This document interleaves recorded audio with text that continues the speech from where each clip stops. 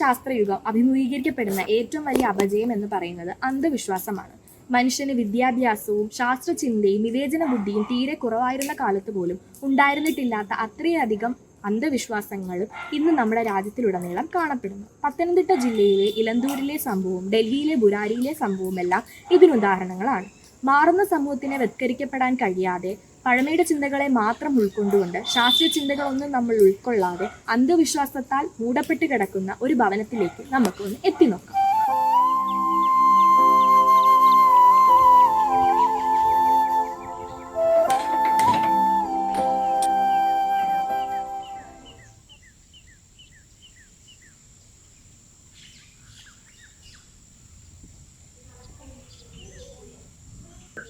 അമ്മ അരിപ്പ് ഇങ്ങ് കൊണ്ടുവരുവോ? ഇന്നാ മോളെ ചായ ആയോ? ചായ ആയി അമ്മ. അമ്മ ഗ്ലാസ് ഇങ്ങ് എടുക്കട്ടോ. നല്ല നടുവേദനയൊക്കെയാ മോളെ, പ്രായം കുറച്ചായില്ലേ, അതിൻ്റെതായ വയ്യാഴിക അമ്മയ്ക്കുണ്ട്.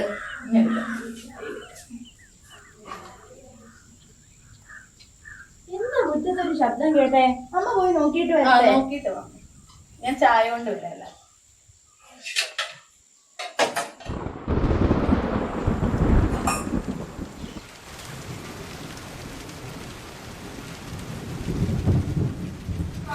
നല്ല മുട്ടുവേദനയുണ്ട്, എന്താണെന്ന് അറിയാനില്ല.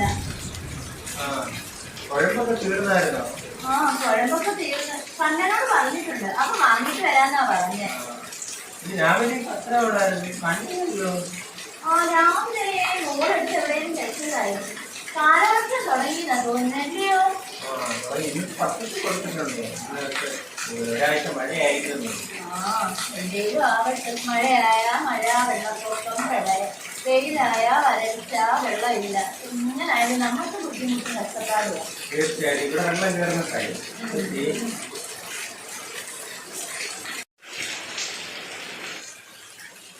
അത് രാവിലെ പത്രം വായിച്ചിട്ടായിരുന്നു.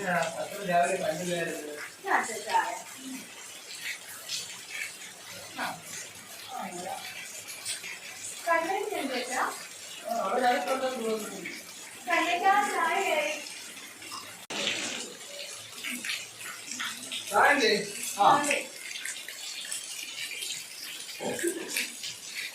നല്ല മഴ ഇല്ലയോ?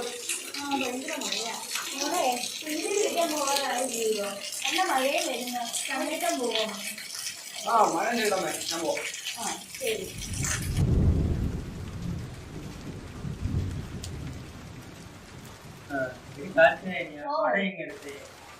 കവല വരെ പോയിട്ട് എടുത്തിട്ട് വരുന്നു.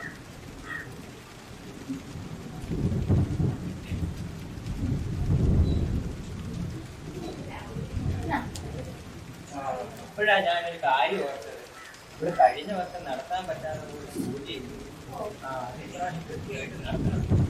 തെറ്റിദ്ധരിച്ച് കിടക്കുന്ന പൂജയൊക്കെ നടത്താം. ആ പൂജ നടത്താത്തതിൻ്റെതായിട്ടുള്ള എല്ലാ അനിഷ്ടങ്ങളും ഇവിടെ ഉണ്ടായിട്ടുണ്ട്. എനിക്ക് തോന്നുന്നില്ല പൂജ നടത്തണം. ദൈവദോഷം പറയാതെ മനുഷ്യ അവരല്ലേ ഇങ്ങനെയാ മോളെ, എന്തുണ്ടെങ്കിലും ഇമ്മാതിരി ഈശ്വരനെ നിരക്കാത്ത വർത്താനാ പറയുന്നത്. ഇനി ഞാൻ പറഞ്ഞത് ഇതിപ്പോ കുറച്ച് കൂടുന്നുണ്ട്. അച്ഛത്തിന്റെ പാട് കേട്ടാ പാട് നോക്കിയതാ. കഴിഞ്ഞ വർഷം കുറെ അനുഭവിച്ചു നമ്മള്. ഞാൻ എന്നാ കുത്തി വെച്ചിട്ടാ. അവക്കിപ്പോ കുസൃതി കുറച്ച് കൂടുതലാണ്. ഈ ഇടയായിട്ട് അവള് എടുക്കുന്ന സാധനം ഒന്നും എടുക്കുന്ന സ്ഥലത്ത് തന്നെ വെക്കാറേ ഇല്ല. അവക്കിപ്പോ കുറച്ച് കുസൃതി കൂടുന്നുണ്ട്.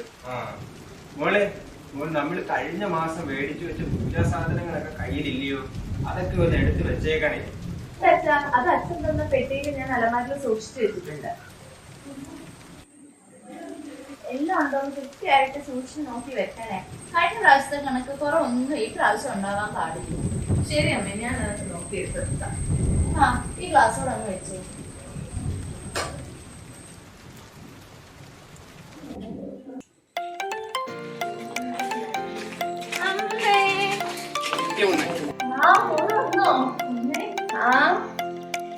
ഇന്ന് എന്തൊക്കെയുണ്ടായിരുന്നു സ്കൂളിലെ വിശേഷം? മക്കള് വന്നോ? ഇന്ന് വാ.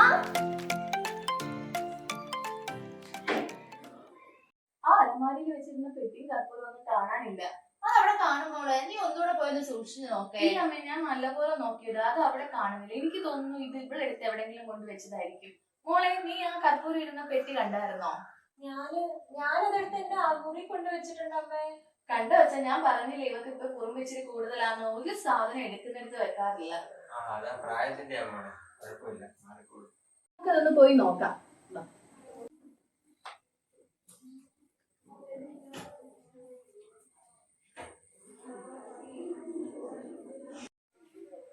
അഞ്ജു അഞ്ജു നോക്കി കണ്ടില്ല. എന്തുകൊണ്ട് വിശേഷം? സുഖാണ്. ആന്നടി ഇവിടെ ഉടുപ്പാ. രസമുണ്ടോ? നല്ല രസമുണ്ട്. എനിക്ക് അമ്മൂനെ വിളിക്കണ്ടേ? അമ്മു അമ്മു അമ്മൂന് ട്യൂഷൻ എടുത്തില്ലേ? അമ്മു വേഗം വാ അമ്മു, താമസിച്ച്. വേഗം വാ. 5 മിനിറ്റ് വഴക്ക് പറയും. നീ എന്താ താമസിച്ചേ? എന്താ നിനക്കൊരു വിഷമം? എന്ത് പറ്റിയേടി? വിഷമമുണ്ടല്ലോ. ഇന്നലെ ഞാൻ സ്കൂളിൽ വന്നപ്പോ ഒരു സംഭവം ഉണ്ടായി. മോളെ, നീ ആ പെട്ടി എവിടാ വെച്ചിരുന്നത്? അതൊക്കെ എടുത്തു തന്നെ. ശരി മോളെ, പോയി എടുത്തു കൊടുത്തു. ഞാൻ ഇവിടെ വെച്ചിട്ടുണ്ട് അമ്മേ. ഇതാണ്ടേ അച്ഛാ കർപ്പൂരം ഇരുന്ന പെട്ടി. ഇതിന് കർപ്പൂരം ഒന്നും കാണുന്നില്ലല്ലോ മോളെ. അതിനകത്തുള്ളതായിരുന്നു അച്ഛാ, എന്നാ ഇവളെടുത്ത് കളഞ്ഞാവോ? ഞാൻ കളഞ്ഞിട്ടില്ല അമ്മ. പിന്നെ അത് എവിടെ പോയി? എനിക്ക് അറിയത്തില്ല. ഇതെന്നാ കൊണ്ടുവച്ചത് ഇവിടെ? അമ്മ എന്ന അലമാരി വെച്ചപ്പോഴേ ഞാൻ ഇവിടെ എടുത്തോണ്ട് വെച്ച, അറിയാതെ വെച്ചതാ. മതി മതി, നിർത്ത്. കുഞ്ഞിനെ എല്ലാരും കൂടെ ഇങ്ങനെ അങ്ങ് വഴക്ക് പറയേണ്ട കാര്യമൊന്നും ഇല്ല. മക്കള് വിഷമിക്കാതെ ഒന്നുകൂടെ ഒന്ന് ഓർത്തെ. മക്കൾ ഇതിലാണോ കൊണ്ടുവച്ചത്? ഇവിടെ വെച്ചത്. പോട്ടെ, സാരമില്ല. നമ്മള് കഴിഞ്ഞ വർഷത്തെ അതേ അനിഷ്ട സംഭവങ്ങൾ ഇപ്പോഴും വീണ്ടും വരുക. എന്തോ എന്താ ബഹളം? അച്ഛാ, എന്തൊരു ഞാൻ കർപ്പൂരം കൊണ്ട് കളഞ്ഞെന്ന് പറഞ്ഞ അമ്മ എന്നെ വഴക്ക് പറയും. ഞാൻ കളഞ്ഞിട്ടില്ല അച്ഛാ. കർപ്പൂരം എന്താ കർപ്പൂരം? പൂജയ്ക്ക് വെച്ചിരുന്ന കർപ്പൂരം അവൾ എടുത്തു, ഇപ്പൊ അത് കാണുന്നില്ല.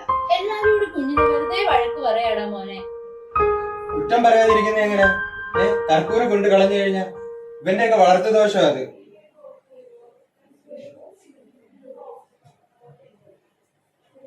മുത്തശ്ശിനും പറയുക അത് പൂജയ്ക്ക് വെച്ചിരുന്നതാ, അതെടുത്ത് കളഞ്ഞുകൊണ്ട് ഇത്തിരി ദോഷം ഉണ്ടാവും എന്നൊക്കെ പറഞ്ഞു. അങ്ങനൊന്നും ഇല്ലടി, അതൊക്കെ അന്ധവിശ്വാസമാണ്. നീ അത് എടുത്തായിരുന്നോ? ഇല്ല, ഞാൻ എന്റെ അലമാരി വെച്ചതാ, പക്ഷെ ഞാൻ എടുത്ത് കളഞ്ഞിട്ടില്ല. അത് എവിടെ പോയി എനിക്ക് അറിയത്തില്ല. അത് അവിടെ തന്നെ കാണുമായിരിക്കും. ഇവിടെ വിഷമിക്കണ്ട. അപ്പൂപ്പൻ നമ്മോട് ഒന്നുകൂടെ നോക്കാൻ പറയുന്നേ. ക്ലാസ്സിൽ പോവാം. ഞാനാണെ ഇറങ്ങാൻ നേരത്തെ എന്റെ മുമ്പിൽ കൂടെ ഒരു പൂച്ച കൊടുക്കുകയാടി. അപ്പൊ എന്നോട് അമ്മ പറഞ്ഞു 3 സ്റ്റെപ്പ് പുറകിലോട്ട് പോവാം. ഇതൊക്കെ സത്യമാണോ? ചിലപ്പോ സത്യമായിരിക്കും. എനിക്കറിയാമല്ലോ. നമുക്ക് എന്തായാലും നമ്മുടെ ടീച്ചറിന്റെ അടുത്ത് ചോദിക്കാം. നീ നാളെ പഠിച്ചോ? ഞാൻ ഒന്നും പഠിച്ചിട്ടില്ല. അതുമല്ല, ഞാൻ ഇറങ്ങിയപ്പോ ഒരു ഒറ്റമ്മേനെ കാണുകയും ചെയ്ത്. ടീച്ചർ എന്തുവായാലും ചോദിച്ചു എന്ത് ചെയ്യുമെന്നാ എനിക്കും അറിയാമില്ല.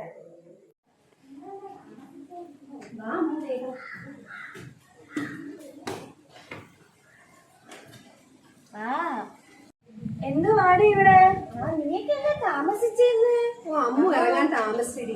എന്താ വെച്ചാ അമ്മോ നിന്റെ ഓട്ടോമാതിരി? ഒന്നുമില്ല. നീ ഇന്ന് പഠിച്ചില്ലയോ? പഠിച്ചടി ഒന്നുമില്ല. നിങ്ങൾ പഠിച്ചു? ടീച്ചർ പഠിപ്പിച്ചേക്കെ?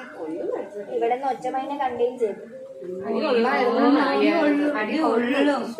ഉറപ്പാ. പഠിച്ചോ. നീ കഴിക്കാൻ വല്ലതും കൊണ്ടുവന്നോ? മിച്ചറുണ്ടടി. നീ വല്ലതും പഠിച്ചോടി? നീ പഠിച്ചോടി? ഞാൻ പഠിച്ചടി. പഠിച്ചു കാണുമല്ലോ.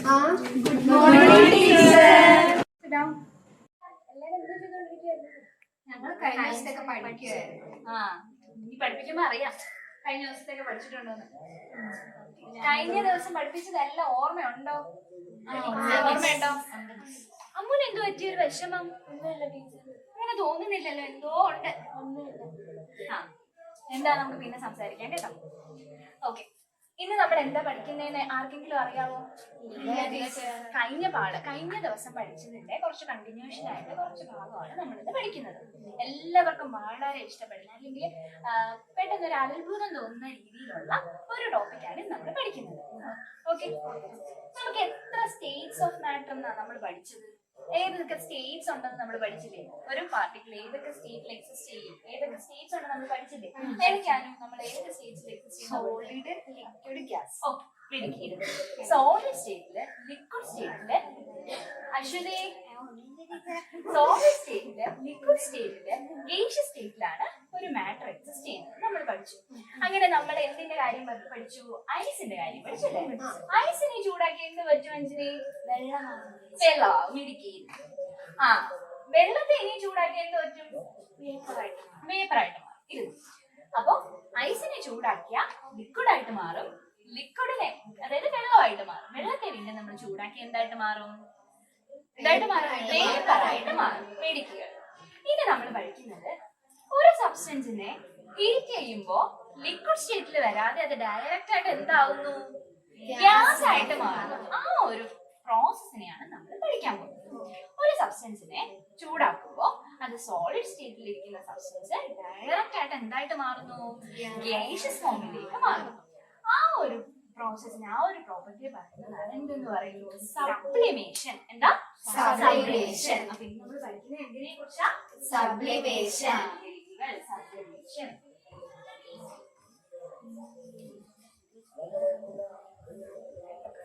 എന്താ നമ്മൾ പഠിക്കാൻ പോകുന്നത് സബ്ലിമേഷൻ. സബ്ലിമേഷൻ എന്ന് പറഞ്ഞ പ്രോപ്പർട്ടി എന്താണ്? ഒരു സോളിഡ് സബ്സ്റ്റൻസിനെ ഹീറ്റ് ചെയ്യുമ്പോൾ അത് എന്തായിട്ട് മാറുന്നു? ഗ്യാസ് ഫോമിലേക്ക് മാറുന്നു. ലിക്വിഡ് സ്റ്റേറ്റിൽ പോകാതെ ഡയറക്റ്റ് ആയിട്ട് എന്തായിട്ട് മാറുന്നു? ഗ്യാസ് ആയിട്ട് മാറുന്നു. അങ്ങനെയുള്ള ചില എക്സാമ്പിളുകൾ അറിയാമോ? കർപ്പൂരം. കർപ്പൂരം കണ്ടിട്ടുണ്ടോ? കർപ്പൂരം കണ്ടിട്ടുണ്ടാവോ?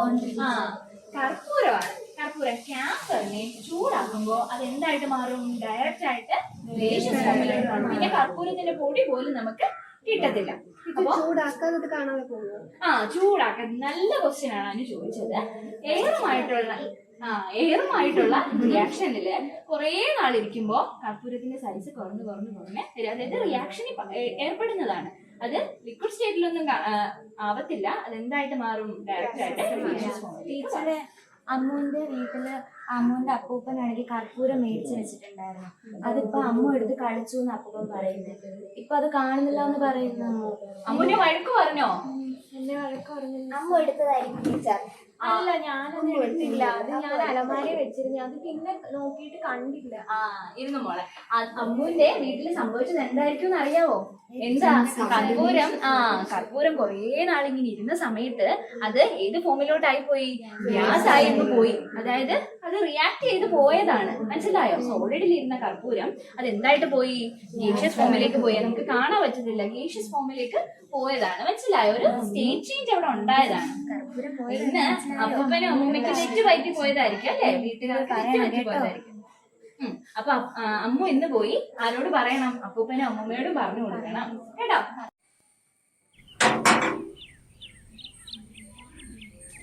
ചേച്ചി എന്തെടുക്കുവാ?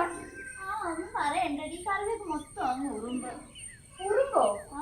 കൊറേ കറിവേപ്പിന് ഇങ്ങനത്തെ പ്രശ്നമുണ്ടെന്നാ കേൾക്കുന്നത്. ജീവിതം മൊത്തത്തിൽ പ്രശ്നങ്ങളാ. അതെന്താ ചേച്ചി? ചേച്ചിക്ക് ഇത്ര പ്രശ്നം? കൊച്ചൊരു കർപ്പൂരം എടുത്തെന്നോ അത് കാണുന്നില്ലെന്നോ എന്ന് പറഞ്ഞ് ഭയങ്കര മേളമായിരുന്നു. ഇതൊന്നുമല്ല വിഷയം. പൂജയ്ക്ക് വെച്ചിരുന്ന കർപ്പൂരവാ. ഇപ്പൊ ചെന്ന് നോക്കിയപ്പോ അത് കാണാനില്ല. ഇനി എന്തേലും ദോഷം വരുമോ എന്തോ? ചേച്ചി, പൂജയ്ക്ക് വെച്ച് കർപ്പൂരം കാണുന്നില്ലല്ലോ. എന്തുവാ ഈ കേക്കണേ? ചേച്ചി അറിഞ്ഞോ കഴിഞ്ഞോട്ട് രമണന്റെ വീട്ടിൽ നടന്നത് വല്ലോ? ചേച്ചി, അവരിങ്ങനെ പൂജയ്ക്ക് കർപ്പൂരം വാങ്ങിച്ചു വെച്ച് കാണുന്നില്ല. മൂന്നിൽ നിന്ന് അവരെ ദൈവം കൊണ്ടുപോയത് കണ്ടില്ലായിരുന്നോ? നിങ്ങൾ പെട്ടെന്ന് വല്ല പോയി പരിഹാരം ചെയ്യാൻ നോക്ക്. ഇല്ലെങ്കിൽ ഇനി ഇവിടെയും കാണും അതുപോലെ എന്തെങ്കിലുമൊക്കെ. ആ കൊച്ചിനോട് അടങ്ങിയിരിക്കാനൊക്കെ പറ. ഈ വന്ന കാലത്തിൽ കുറെ എണ്ണങ്ങളുണ്ട്. ദൈവഭക്തി ഉണ്ടോ ഇതിനൊക്കെ? ഒന്നും പറയണ്ട, കണ്ണനൊന്ന് വരട്ടെ. എനിക്കിത് കേട്ടിട്ട് സഹിക്കാൻ വയ്യ. തീർന്ന ചേച്ചി, ആ കൊച്ചിനോട് അടങ്ങിയിരിക്കാൻ പറ. ഇതിനെയൊക്കെ കെട്ടിയിട്ട് വളർത്തണം. ഈ നാട് ഞാൻ പോവാന്ന് ഇനി ഞാൻ ഇവിടോട്ട് വരുന്നില്ല. നിങ്ങൾ എന്താന്ന് വെച്ചാൽ ആയിക്കോ. ഞാൻ കൊണ്ടുവരാൻ സമയമായല്ലോ.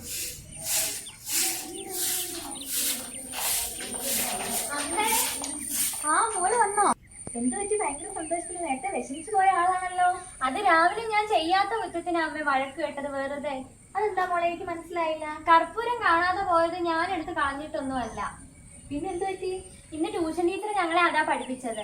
അതായത് സോളിഡ് സ്റ്റേറ്റിൽ നിന്ന് ലിക്വിഡ് സ്റ്റേറ്റിലേക്ക് പോവാതെ സബ്സ്റ്റൻസ് അത് ഗേഷ്യസ് സ്റ്റേറ്റിലോട്ട് മാറുന്നതിനെ സബ്ലിമേഷൻ എന്ന് പറയുന്നത്.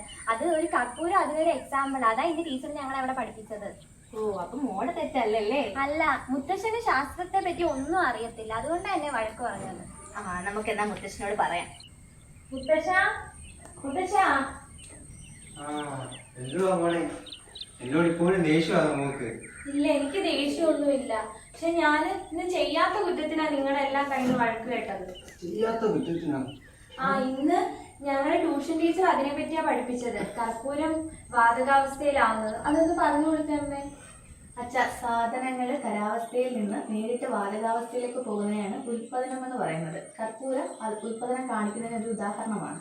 ഞാൻ വിശ്വസിക്കത്തില്ല അങ്ങനെ. ഞാൻ മുത്തശ്ശൻ്റെ ഒരു വീഡിയോ കാണിച്ചു തരാം. അമ്മ ആ ഫോണിങ് എടുത്ത്. ശരി മോളെ, ഇതാ ഫോൺ.